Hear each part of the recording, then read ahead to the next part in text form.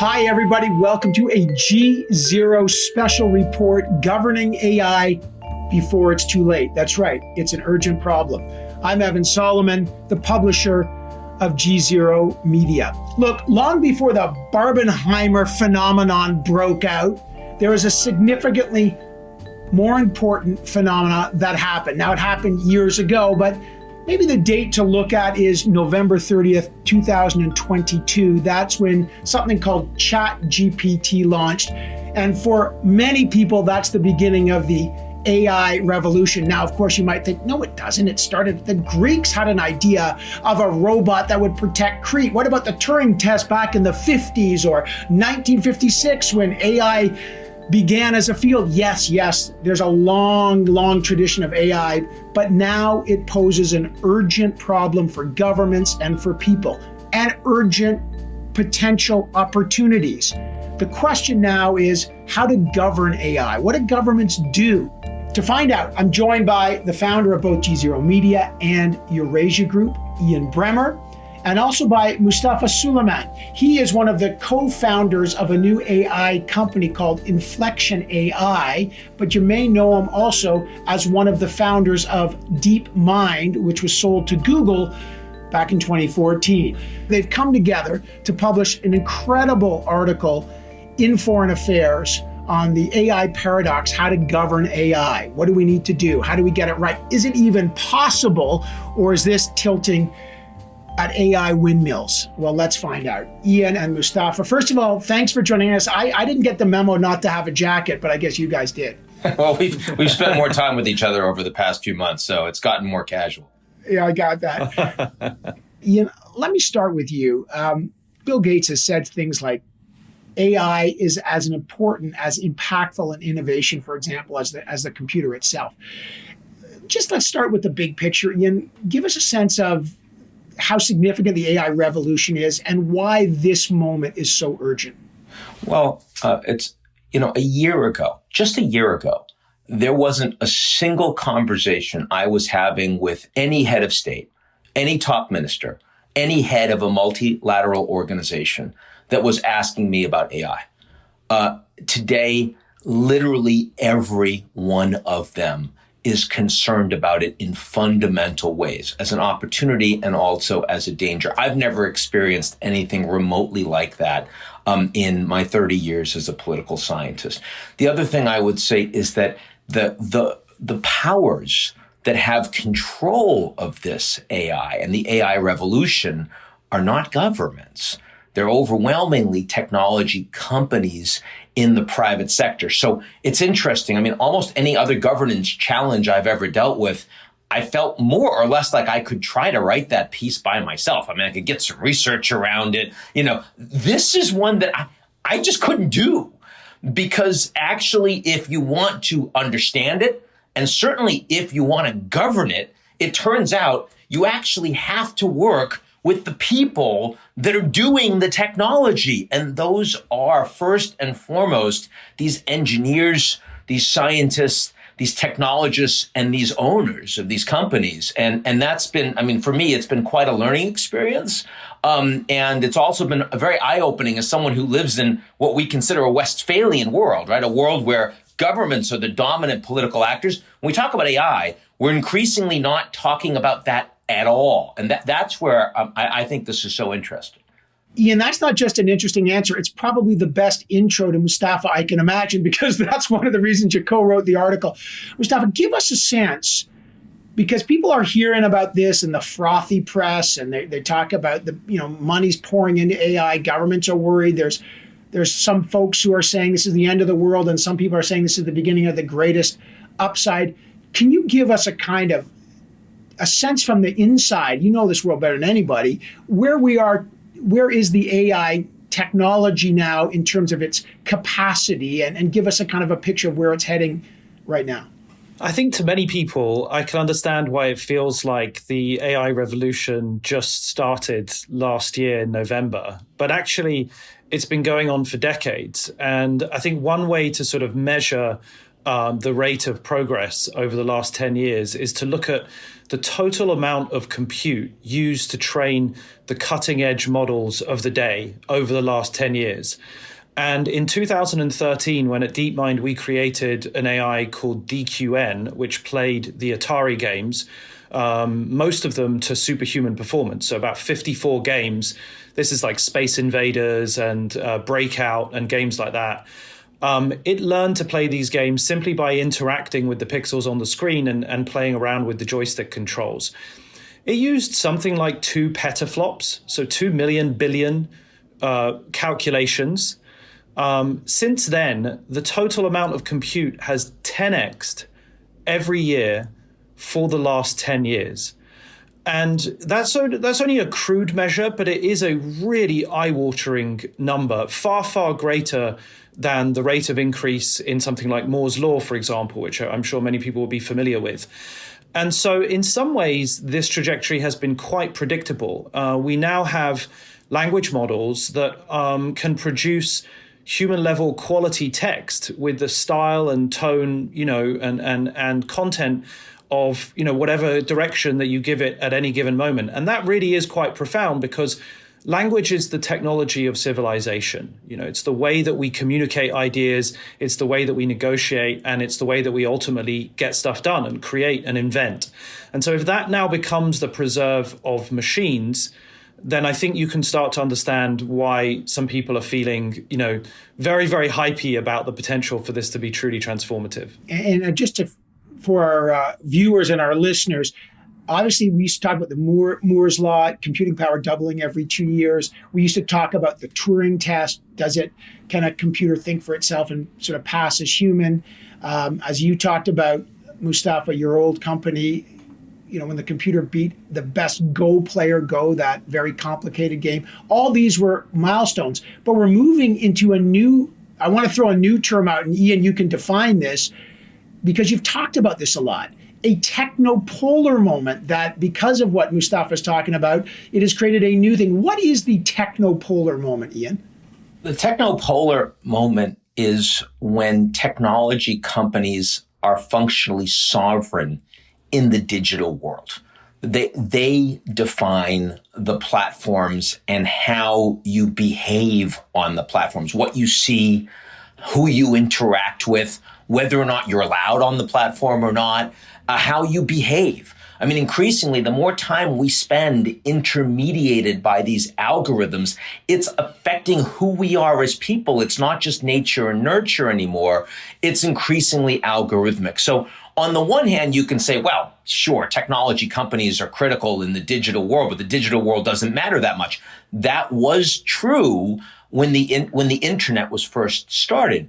But in the world of AI, with the extraordinary exponential growth that Mustafa is not only talking about, but personally driving, suddenly what is meant by the digital world impinges on everything we do and engage in. I mean, dual use technologies made a lot of sense when you're talking about, Huawei working with the Chinese defense industry, working with the Chinese military, and you say, well, you don't want, the military to have access to these technologies, so you're not going to work with Huawei.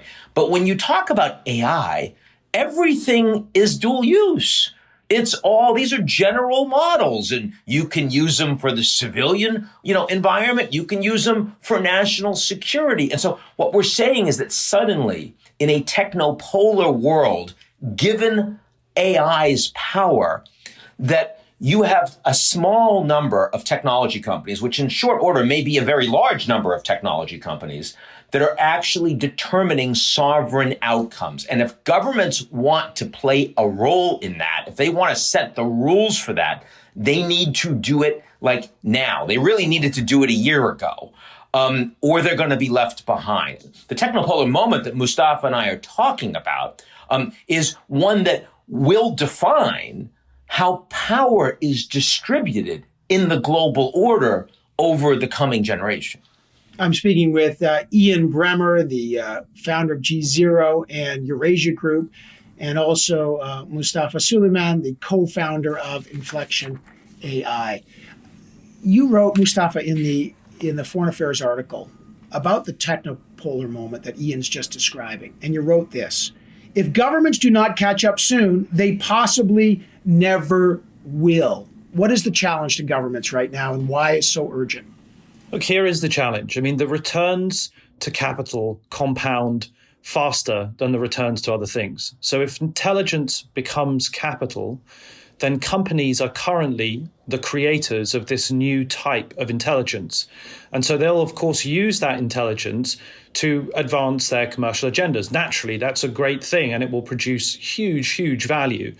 But if governments don't evolve as quickly, then not only will they not be able to regulate those companies, which I think is, as Ian says, now urgent and pressing, but they won't actually be able to harness the benefits of this new wave themselves. I mean, governments have to be creators, builders, makers, doers. I mean, if you're to stand any good chance of being able to, rein something in and to govern it well, then you fundamentally have to understand how it operates. And that means that you have to be a builder and a maker. And I think that's the big challenge for government. It's sort of failed to exercise the muscle of being a first-party creator of things in the last 30 or 40 years. It's become a commissioner of services, buying in from outside. And that has real limitations. And unfortunately, I think we're about to see what that looks like as we pay the price for years of not investing in, sort of government-funded activity like this. Well, and there's going to be questions, do they even understand what they're trying to regulate? But let's get to that. I feel like this has been the kind of intellectual hors d'oeuvre course to set it up. Let's get to the main course, which is the article, Ian, which is the challenge of governance. How could you possibly govern/regulate a phenomenon so dispersed and moving so quickly as AI?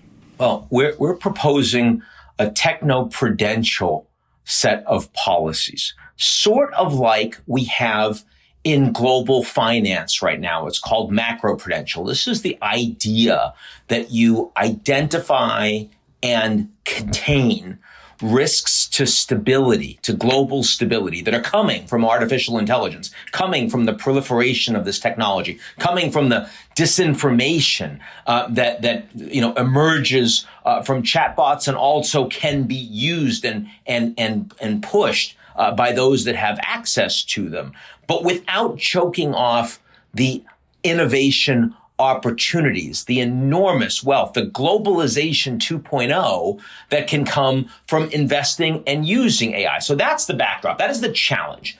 That's what we need to do. And we set up in this piece a set of 5 principles that we think that any policy, any effective policy in AI has to actually adhere to.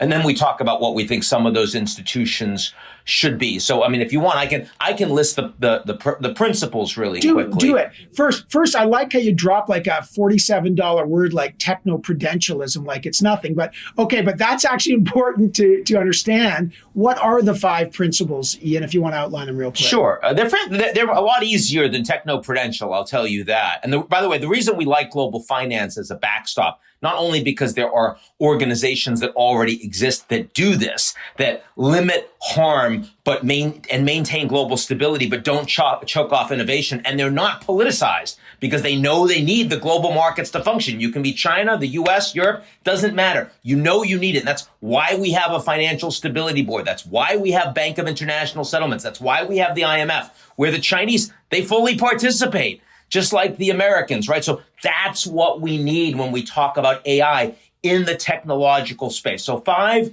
big principles. First is the precautionary principle, do no harm. Second, these institutions, governance has to be agile because AI is changing so incredibly quickly. And it means that institutions, if they can't reconstitute themselves, if they can't move with the technology, they will be outdated before they're even created. They have to be inclusive. Mustafa and I already hinted at this when we say that technology companies are sovereign in the space. That means any governance you have is going to have to bring governments and technology corporations together as actors, not just governments by themselves.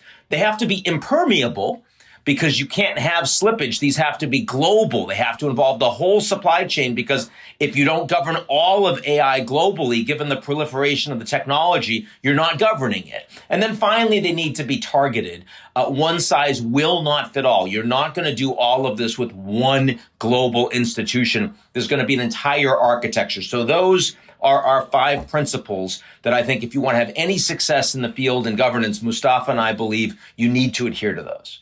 All right, I'm speaking to Ian Bremmer, founder of Eurasia Group and GZERO Media, and Mustafa Suleyman, one of the founders of Inflection AI. The 5 principles of governance: precautionary principle, agile, inclusive, impermeable, and targeted, that Ian just talked about. Those are a good framework, Mustafa. But people listening might think, haven't I heard about, isn't the UN doing something? Isn't the European Union doing something? Haven't I heard something about like Hiroshima, they're going to do something? Like, where are we on global regulation today?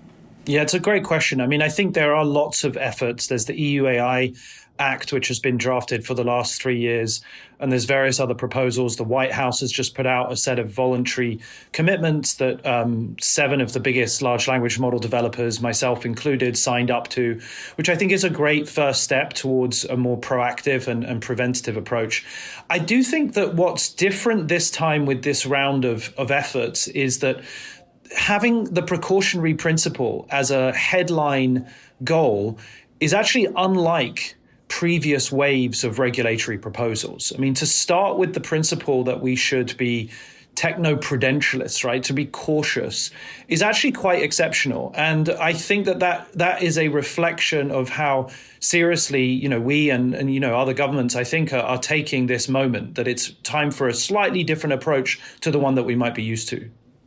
I guess the question is this just naive? I mean, is this a bunch of governments, Ian, that are acting basically like the establishment when they saw Elvis Presley swing his hips? We got to stop rock and roll. Impossible. Kids love it. They're going to make their own music. Like, how possible is it to actually form a global regulatory environment when China and the US are at odds? It's a zero-sum game for them. Innovation's bursting out in the seams. How realistic is any effort at regulation, even with these 5 principles? Well, one, it's going to become a lot more realistic as crises start occurring. So if they don't get started, they can't work on it. Look, the US and China don't have any direct defense conversations right now, though they do have lots of direct conversations in these global financial institutions. So I think our hope is that we're creating a conversation that a lot of people can see and can engage in, so that when there are inevitable crises, and they're going to get big fast, that people will already be pointed in the right direction. Because if you ask me, given where the state of the world is right now, we just came out of a pandemic where the Chinese refused to allow any data to be made public. And many, many people were killed as a consequence of that by COVID. And the Americans pulled out of the WHO under the Trump administration. So, I mean, our last 3 years do not give us hope on global cooperation. But everything that Mustafa's doing in his field makes it completely critical that we have to get this right really, really fast. Like, it's not like climate change where we can ignore it for a few decades and then our kids are going to go, oh, you guys, now you better take this seriously because look what you're doing. We don't have a few decades, right? So But isn't that part of the problem? If even on climate change, it was difficult to get, I mean, we have global ideas and we have global targets, but we have lots of leakages, lots of people who just don't comply. That's been hard. So I like your prudentialism model because it's a financial model. Is it easy to enforce or regulate, Ian, or is that going to be the challenge? I let Mustafa weigh in on this too. It's going to be very hard to regulate, but it's going to be impossible to regulate unless the governments and the technology companies start working together on this now. And, Mustafa was there with President Biden and with the other top AI companies just a couple of weeks ago. That was the first effort in the United States. It was voluntary. An executive order is likely coming down in the next couple of weeks. Everyone sees the urgency. Usually when you talk about policy in a new space, people understand, like they think they know what the answer is, but there's no urgency. They're like, we can't do that. We don't have the political capital. Here it is exactly the opposite. Everyone understands we need to take action now. And what they don't have is a roadmap. So what Mustafa and I are trying to do is help them with the roadmap, help an awful lot of government leaders who understand that they are like really, really late to this party. Here's the way you need to think about it. And it's very different than what we've been doing. Mustafa. Just to add to that, regulation isn't just about the letter of the law. It's about the culture and the approach that we bring to both self-regulation, but also educating regulators about what's coming. And I think that what's different this time around versus, say, 10 or 15 years ago with social media and the tech platforms is that the current crop of AI leaders, myself included, we've been raising questions and concerns about these technologies for a very long time. But we're also natural optimists and we see the incredible upside. And so we want innovation to continue at pace. And we're pretty confident that with sensible interventions, there are things that we can do collectively to make sure that they end up doing much, much more good than harm. The downsides can be mitigated. We're a very resilient species. We're a very adaptive species. And, there's lots of evidence where regulation has been successful in the past. So it's not a dirty word or something to be feared. It's something to just be embraced proactively and thoughtfully. Just to quickly pick up sensible interventions. Give us an example of that. For example, it's important that we understand what training data has been used in an AI system. Where has that data come from? Does it include underlying biases? Are there holes or gaps? Does it overrepresent or underrepresent certain ideas? Secondly, we should be able to red team these models. That means that you have independent external experts who adversarially attack a model to encourage it to produce bad behaviors. So for example, these kinds of tools can be used to provide a kind of expert coaching if you want to develop a biological weapon. It's a step-by-step guide on where to get access to tools, how to put them together, what to look out for, how to run experiments. It's quite possible for us to red team these models to be able to demonstrate that they can't produce those kinds of outputs. My own AI, for example, called Pi, which stands for personal intelligence at Inflection, doesn't produce this kind of, bioweapons coaching support. And that's because we've worked super hard on safety, and many of the other LLM providers have done the same thing. So I'm pretty confident that as these models get bigger, they actually get more controllable, and we can be very directive about the kinds of outputs they produce and those that they don't. So subjecting that to external oversight has got to be a good thing. That's fascinating. Ian, let's just get practical, because Mustafa, they're getting practical of what some kind of sensible approaches might be.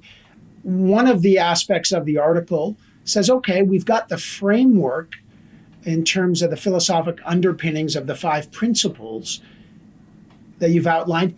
Then you've got 3, I hate using the word regime because in this world that people might take that the wrong way, but kind of 3 levels of governance that might actually work as kind of bespoke and delicate enforcement tools that doesn't stifle innovation.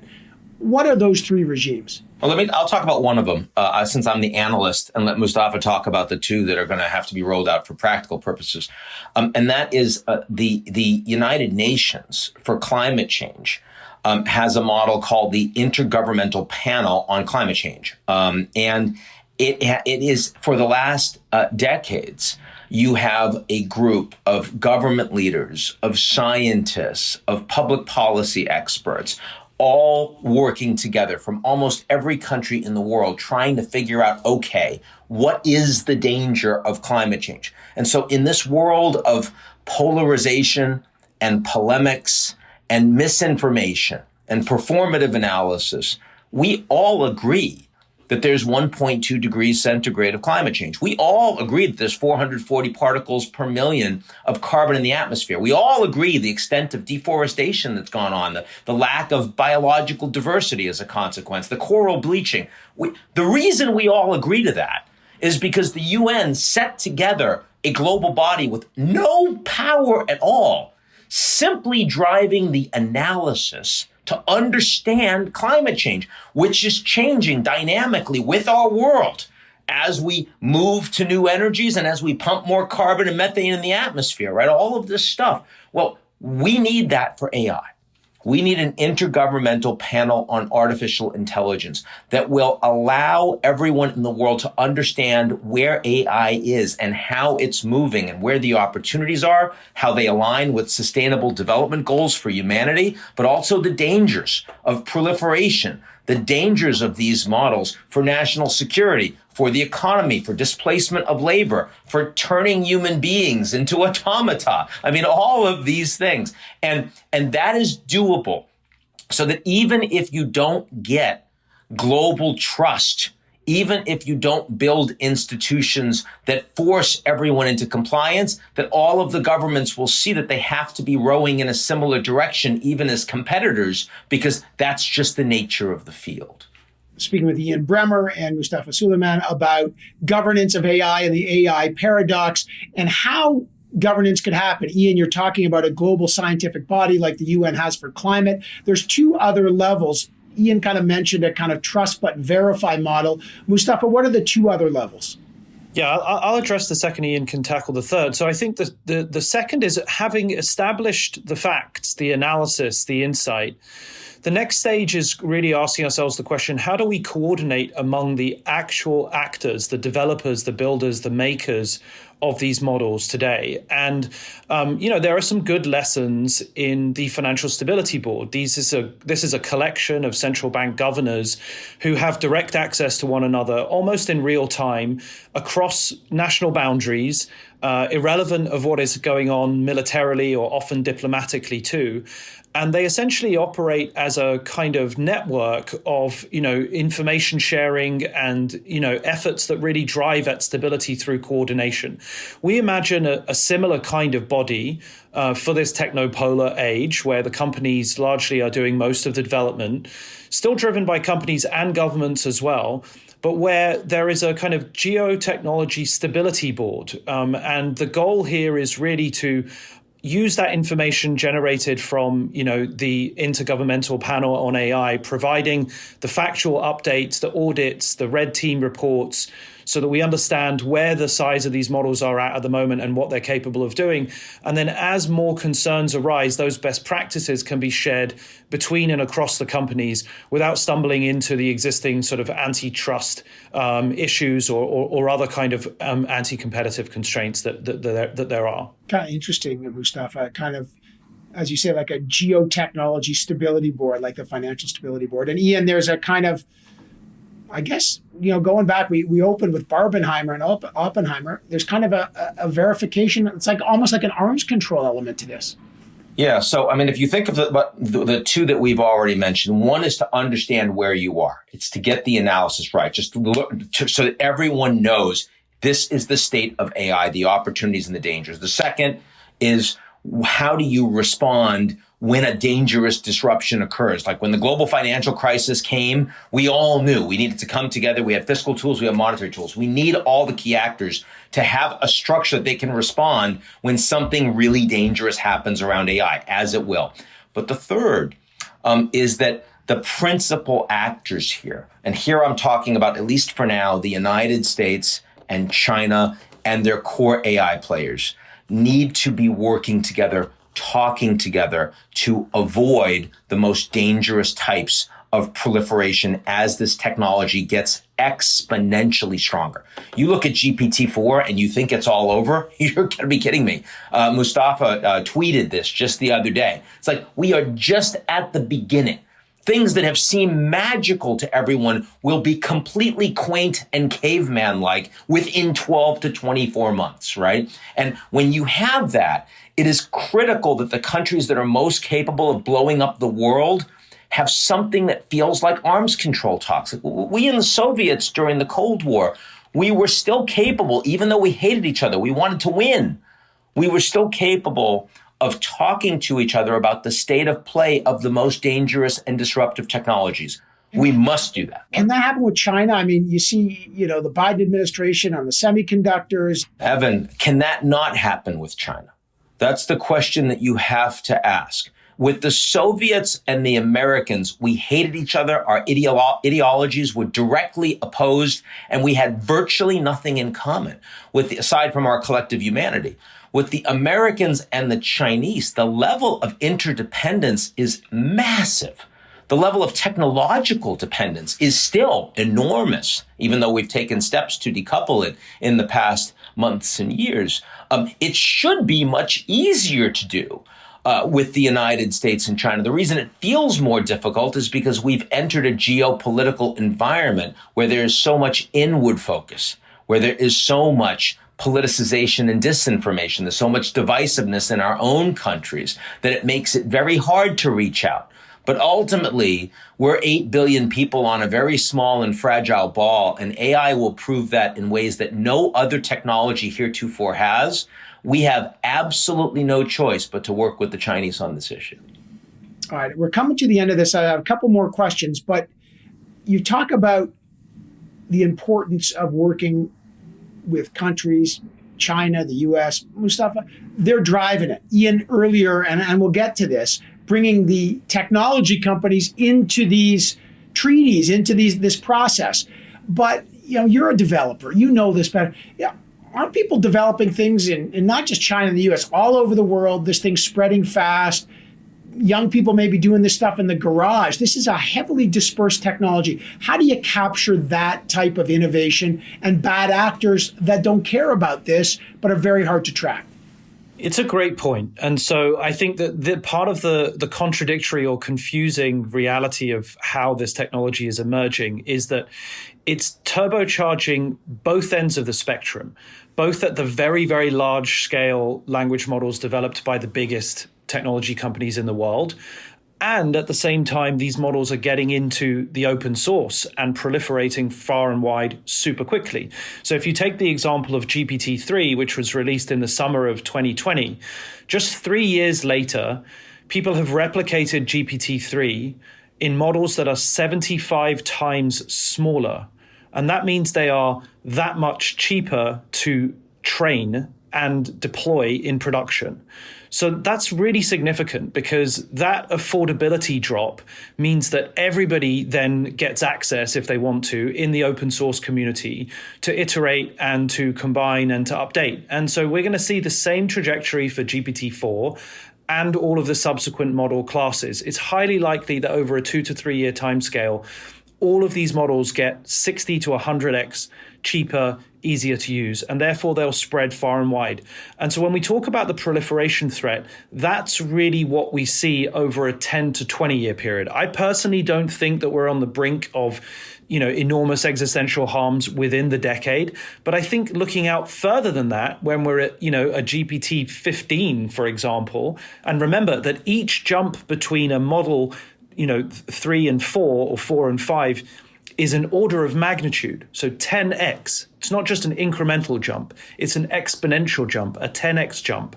So when I talk about a GPT-15, I'm talking about, 10 orders of magnitude more compute used to train the cutting edge models in 15 years time or so. And that I do think is, that's what we're getting at when there are some really serious things for us to contend with. Yeah, proliferation, a feature, not a bug of this, and maybe even built in with the generative side. Ian, real quick, last question on governance. One of the models you and Mustafa talk about is bringing in the tech companies into this. How do you protect against regulatory capture in the kind of political term or in the kind of regular term that the foxes are guarding the hen house and making the rules? Well, regulatory capture has been a defining component of the U.S. political system for many decades now. So that is a problem that pre-exists. I would much rather have that conversation happen on a level playing field, open and transparent, than I would have it happening through dark money and lobbying and a one-way conversation where the private sector believes that the government is its client, and it's not. Right? I mean, this is the problem. And look, one of the reasons why people are so angry in the United States right now, angrier than in many other advanced industrial democracies, is because the United States is particularly susceptible to the control from animal spirits onto governments. They feel like they're no longer living in a representative democracy. So this is a problem we are well down the road on. We're not fixing. But when it comes to AI, the urgency of getting it right, the dangers of getting it wrong, necessitate the U.S. government, other advanced industrial governments, and corporations sitting down together to hammer this out. The space is moving so fast, and they know, the tech companies understand that this needs to happen, but they don't have the responsibility. They're certainly not spending the time or effort. I mean, if you're Mustafa, and, this is cutthroat. He's in that room with 6 other, AI developers, and they're all raising tons of money. They want to kill each other, right? I mean, ultimately, they want to be number one. And so if you want to talk about governance in the space, they have to work with the governments together. And the governments have no choice because they don't understand what the hell's going on. Well, and so the argument that we make in the article is that this is the very reason why we have to have inclusivity, because we're sort of not aspiring to a technopolar world. We're observing that a technopolar world exists. It's here. And so it can't just be governments and companies that are driving this agenda. We have to have non-governmental organizations, civil society groups, academics, activists, critics at the table participating in the process all the way through. And I think that's actually going to be critical, because it isn't going to be the legislative process which gets here first, certainly not in the US. I mean, it is going to be super tough to find bipartisan agreement on something like this, although we should try. It's going to be much more informal, culture building, self-regulatory practices. And that means there's plenty of room to invite a much more inclusive and more diverse group of stakeholders. Evan, if a political scientist and an AI technologist can get together and agree on these things, surely, the head of Google and the U.S. government can, right? Just before I let you go, I'm speaking with Mustafa Suleyman and Ian Bremmer about their new Foreign Affairs article, the AI paradox. Look, the problem is urgent. We got to act quickly, so let's do a quick round of rapid fire. Okay, so quick answers here for an urgent time. Ian, what is the worst case scenario that you see if we don't get this kind of regulation? Worst case scenario and signs that we're there. Worst case scenario would be we lose our democracy. Worst case scenario is, cyber attacks, bio attacks, 10x worse than anything we've ever experienced before. Worst scenario is that the United States and China, in mistrusting each other, one takes massive preemptive strike against the other to stop it from developing a technology that it views would otherwise be an extraordinary advance. And that's just getting started. Mustafa can scare you more.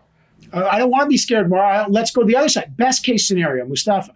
The best case scenario is easy. I mean, this is going to produce radical abundance. If we mitigate the downsides, then we are on a trajectory to have the most productive couple of decades in the history of our species. I mean, we are creating intelligent agents that will be as good as most humans at teaching, at creativity, at invention, at research in science. That is going to unleash unbelievable productivity in areas that will completely surprise us when we look back in 20 years. People who really just have very few tools and very little access to information are now going to be turbocharged by access to a super smart, intelligent agent to help them about their work. I wish you'd asked me Moose's question. That's a much more fun question. All right, who needs artificial intelligence when you've got the organics right here, the real thing? Mustafa Suleyman, Ian Bremmer, thanks so much for taking the time today to talk about your fascinating new article in Foreign Affairs. It's called The AI Paradox, Trying to Find a Way to Govern AI Before It's Too Late. And as you can see, it is an urgent problem. That article is now available online. I'd urge you to check it out. It's really important. You can also check out all of our coverage of AI on GZERO Media at gzeromedia.com. You'll find free subscriptions to our daily newsletter, Ian's weekly newsletter, and lots more, including links to our PBS program, GZERO World. Also, if you're really fascinated by this, on September 5th, Mustafa is publishing a new book, and it's worthwhile checking it out. It's called The Coming Wave, Technology, Power, and the 21st Century's Greatest Dilemma. It's all about AI and containment. It's out September 5th, but you can pre-order it now. You got to get knowledgeable on this because this is the most urgent dilemma we're facing. And as Mustafa said, this is only the beginning. That's it for today's edition of the GZERO World podcast. Do you like what you heard? Of course you did. Well, why don't you check us out at gzeromedia.com and take a moment to sign up for our newsletter. It's called GZERO Daily.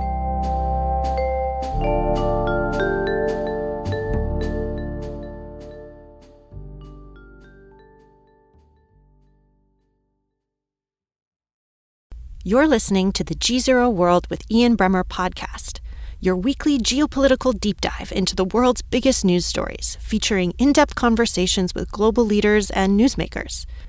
To get more of GZERO's insights on global politics every morning, sign up for our free newsletter, GZERO Daily, at gzeromedia.com.